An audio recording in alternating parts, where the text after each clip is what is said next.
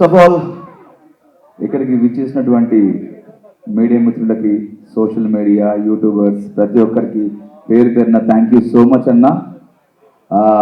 ఈరోజు ఈ స్థాయిలో ఇలా మీ ముందు ఇలా మైక్ పెట్టుకొని మాట్లాడుతున్న కారణం ప్రేక్షకులు మరియు ఈ మీడియా మిత్రులు.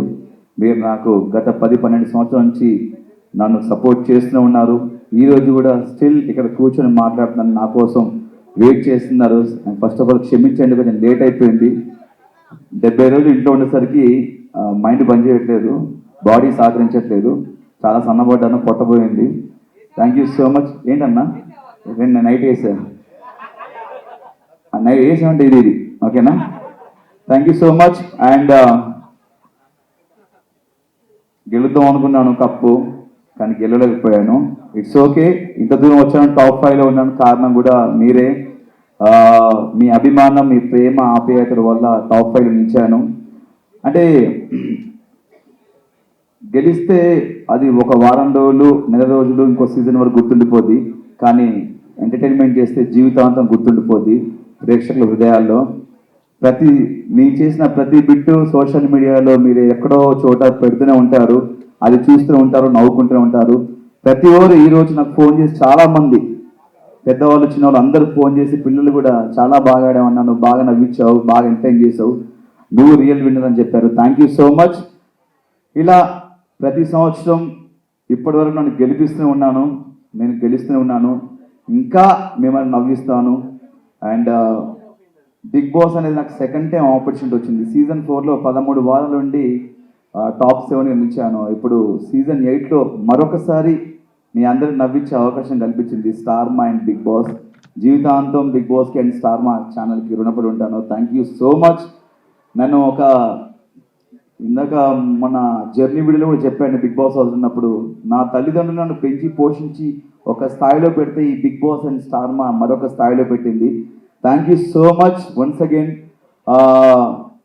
ఎంటర్టైనర్గా పరిచయం చేసింది సీజన్ 4 నుండి నన్ను ఎంటర్టైనర్గా పరిచయం చేశారు ఈ ప్రపంచానికి. మరొకసారి అవినాష్ అనేవాడు కామెడీయే కాదు, ఏదైనా చేయగలడు, ప్రతి టాస్క్ ఆడతాడు, కామెడీ తప్ప ఏం చేయలే అన్న వాళ్ళకి కామెడీ కాదు అన్నీ చేశాను, ప్రూవ్ చేశాను.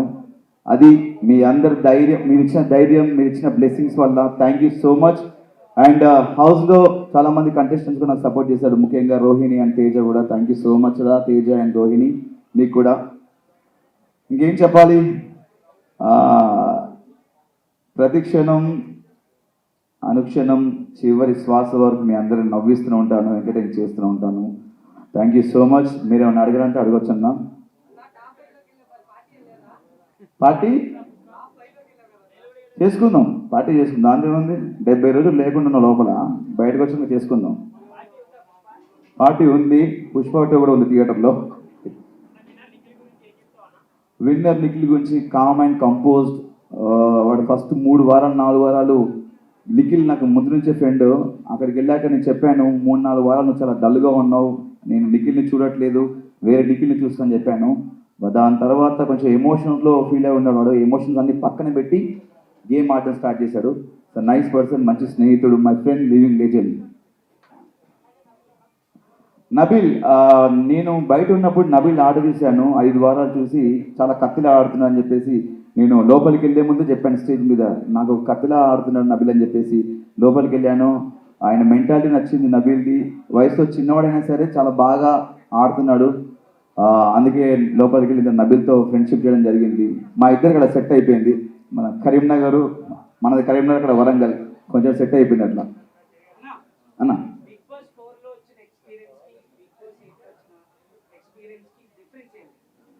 అప్పటికిప్పుడు డిఫరెన్స్ ఏంటంటే, అప్పుడు కొంచెం తెలుసు, కొంచెం తెలియదు. కొంచెం బిగ్ బాస్ సీజన్ 4లో నేను కొంతవరకు నేర్చుకున్నా లైఫ్ అంటే ఏంటనేది. సీజన్ 8లో పూర్తిగా నేర్చుకున్నాను.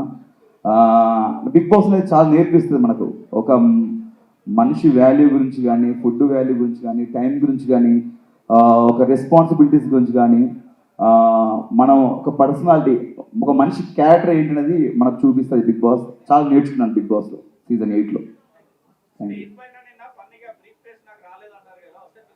100%.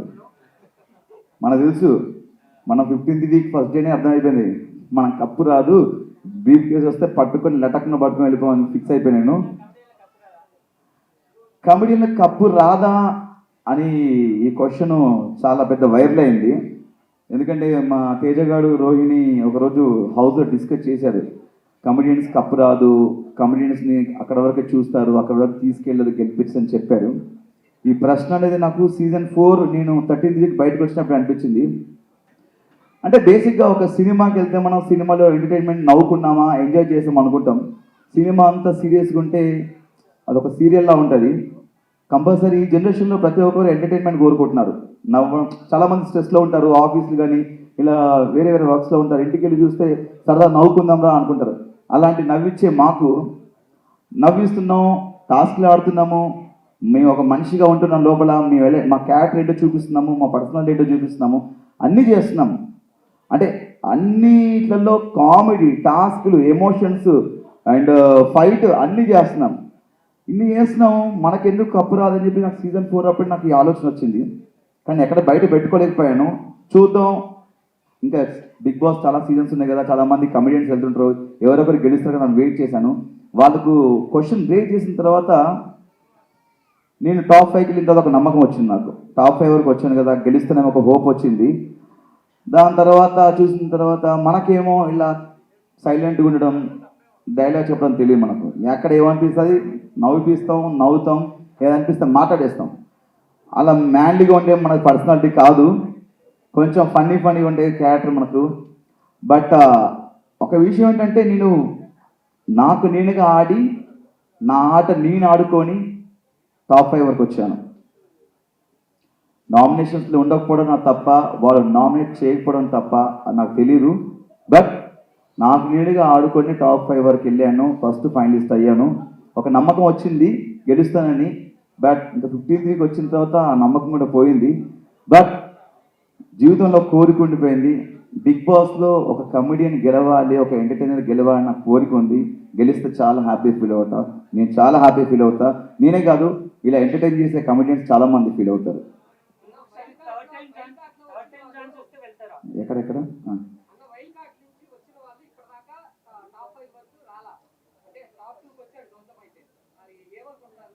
టాప్ 5 వచ్చాను అనుకుంటున్నా. మన నవదీప్ గారు వచ్చారు అనుకుంటున్నా, టాప్ 2 రాలేదు.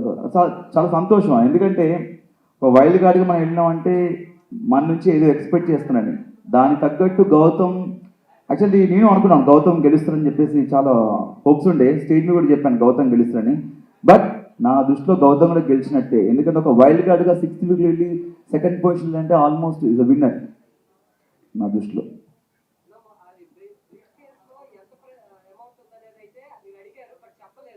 నేను అదే చెప్పలేదన్న, నాకు యాక్చువల్లీ అదే ఉండే.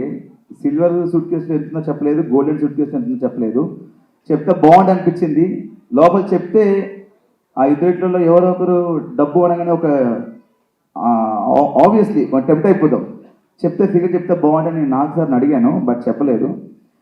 నాకు చెప్పినా చెప్పకపోయినా సూట్ కేసు తీసుకొచ్చేవాడిని నాకు ఇస్తే ఇస్తారు, బట్ ఇవ్వలేదు. అంటే తెలుగు కన్నడ పక్కన పెడితే బేసిక్గా మనందరం ఒకటే. వాళ్ళు ఇక్కడ వచ్చి చాలా సంవత్సరాల నుంచి వర్క్ చేస్తున్నారు, సీరియల్స్లో కానీ సినిమాలో వర్క్ చేస్తున్నారు. అంటే ఫస్ట్ ఆఫ్ ఆల్ ఏంటంటే మన తెలుగు ఆడియన్స్ వాళ్ళు వీళ్ళు చూడరు, ప్రతి ఒక్కరిని ఎంకరేజ్ చేస్తారు, ప్రతి సినిమాని చూస్తారు, ప్రతి సినిమా యాక్టర్ని ఎంకరేజ్ చేస్తారు. భాష చూడరు, ఫస్ట్ ఆఫ్ ఆల్ పర్సన్ని చూస్తారు, అతని బిహేవియర్ని చూస్తారు, ఆ క్యారెక్టర్ని చూస్తారు. ఫస్ట్ ఆఫ్ ఆల్ మన తెలుగు వాళ్ళకి ఏది అనిపిస్తుంది చేస్తారు, అది కరెక్ట్. నాకు కన్నడ తెలుగు అలాంటిది ఏం ఫీలింగ్ అయినా మనం అందరం ఒకటి. చివరిగా మనం ఇండియన్స్, మన భారతీయులు అన్నా. అది నాకు తెలియదన్నా.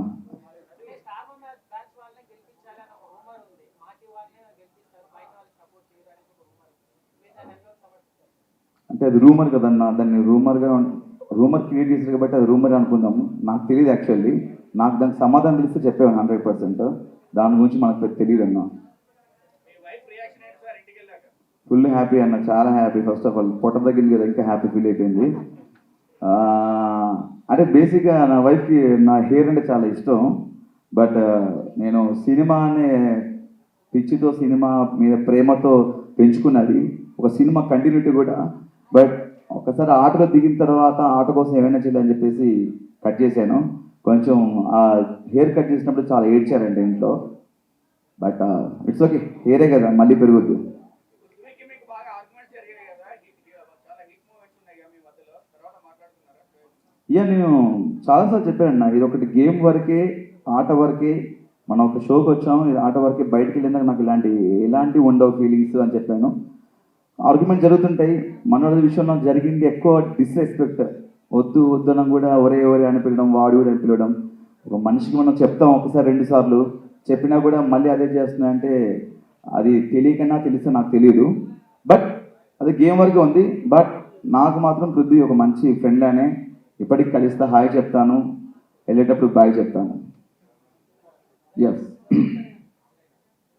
పెద్దగా మన అర్థం క్వశ్చన్స్ ఏమి ఉండవు అన్న మనం, ఎందుకంటే మనకి హేటర్స్ ఉండరు, అందరు ప్రేమించే వాళ్ళు ఉంటారు అని నా అభిప్రాయం. ఉంటారా మనకి హేటర్స్? ఉంటారా మనకి? Thank you. అవినాష్ చిన్న స్క్రీన్ లో కాకుండా OTM లో రెగ్యులర్ కమెడియన్ గా రావాలని చాలా మంది కోరుకుంటారు. డెఫినెట్గా నన్ను, విజువల్ కాకుండా సినిమాలు చేయాలి. నాకు యాక్చువల్లీ సినిమాలో యాక్ట్ చేయాలని కోరికతోనే ఇండస్ట్రీకి వచ్చాను. బట్ మనకు టీవీలో అవకాశం వచ్చింది, ఆదరిస్తున్నారు. డెఫినెట్గా మంచి మంచి అవకాశాలు ఉంటే డెఫినెట్గా చేస్తాను. మొన్న స్టేజ్ మీద కోన వెంకట గారు వచ్చారు. ఇప్పుడు నెక్స్ట్ డిసెంబర్లో స్టార్ట్ అవుతుంది శ్రీ విష్ణు గారు మూవీలో మంచి క్యారెక్టర్ ఇచ్చారు.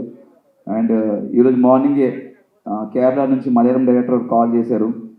ఏదో నాది బిగ్ బాస్లో మలయాళం స్లాంగ్ చూసారంట, అది బాగా నచ్చి చిన్న ఏదో ఫన్నీ క్యారెక్టర్ రాసుకున్నారంట.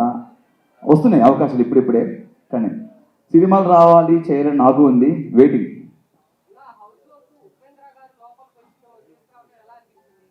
ఎలా అనిపిస్తుంది తీసుకొస్తే?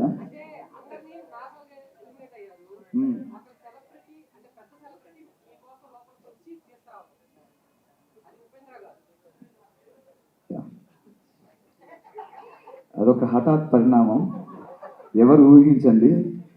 బట్ నేను ఊహించాను వచ్చేస్తా అని చెప్పేసి. అంతే, అంటే సినిమాటిక్ లెవెల్లో మనకి ఎంత ఎలివేషన్ ఇచ్చారు. Guns, target 1, target 5, target.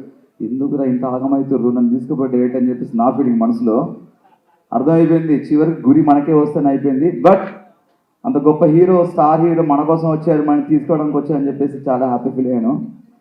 అంటే చాలా నవ్వుతూనే వచ్చాను లోపలికి, నవ్వుతూనే వెళ్ళాను, నవ్విస్తూనే వెళ్ళాను. చాలా హ్యాపీగా ఉందన్న, ఆయన వచ్చి తీసుకెళ్ళడం చాలా హ్యాపీగా ఉంది. మీ రెమ్యునరేషన్ ఎంత సార్ చెప్తారా? అభిమానులు చూపించే ప్రేమ అంతా. ప్రైజ్ మనీ వస్తే అది చెప్పానన్న, నేను హౌస్లో కూడా చెప్పాను.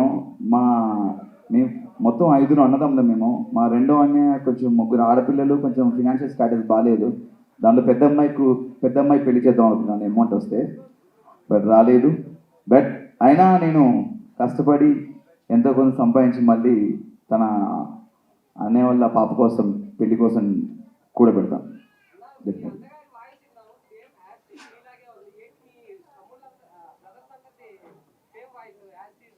అంతే కదా, అన్నదమ్ములంగా మన సేమ్ ఉంటుంది, అందరికి ఉండదు. బేసిక్గా మా ఫ్యామిలీ కొంచెం బేస్ వాయిస్, అందరికీ బేసిక్గా మా ఇంట్లో అందరి వాయిస్ అలా ఉంటుంది. మా పెద్ద వాయిస్ నా వాయిస్ కొంచెం సేమ్ ఉంటుంది అనమాట. అండ్ మా డాడీ వాయిస్ నా వాయిస్ కొంచెం సేమ్ ఉంటుంది.